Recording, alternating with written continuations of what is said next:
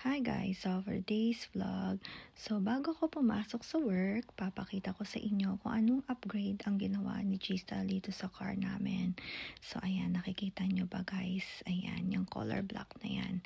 Hindi ko alam ang tawag dyan, pero diba ang ganda? So sabi niya, nagmukhang bulk yung car. Ayan, di ba ang forma at ang gara? Ano sa tingin nyo guys? Comment down below. Pero ang ganda niya, lalo na sa personal guys. So ayan, pinakita ko lang sa inyo kung ano yung upgrade na ginawa niya.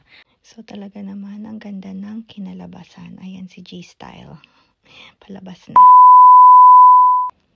So, ayan, natapos na ang aking 8 to 9 hours na work. So, ayan yung car. So, nakikita ninyo. At, ayan, nag-iya siya mag-yakiniko. Ayan. And then, syempre, hindi mawawala ang sake. Actually, hot sake to.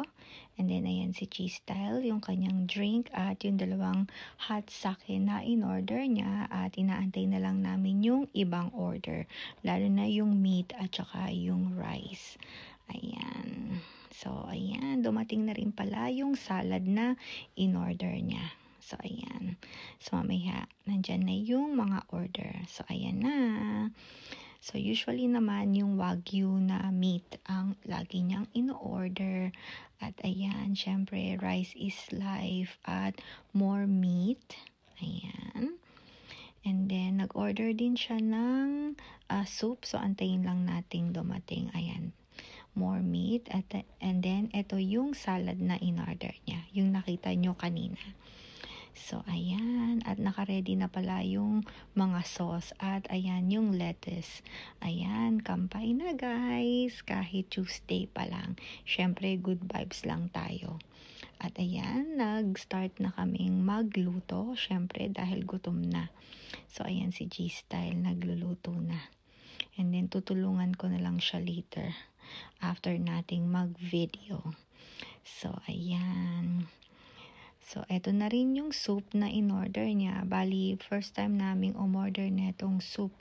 Usually, yung egg drop soup ang in-order namin. Pero masarap din siya at malasa. So, ayan, dahan-dahan. Tingnan nyo naman, usok na usok. Kain na tayo, guys. So, ayan, nakaluto na ng mga meat. At medyo marami-rami pala tong rice na in-order ni G-Style. So, ayan na guys. And, uwian na after kumain. So, tara, uwi na tayo guys. At pagod na rin ako. At ayan si G-Style. Alright. Bye guys!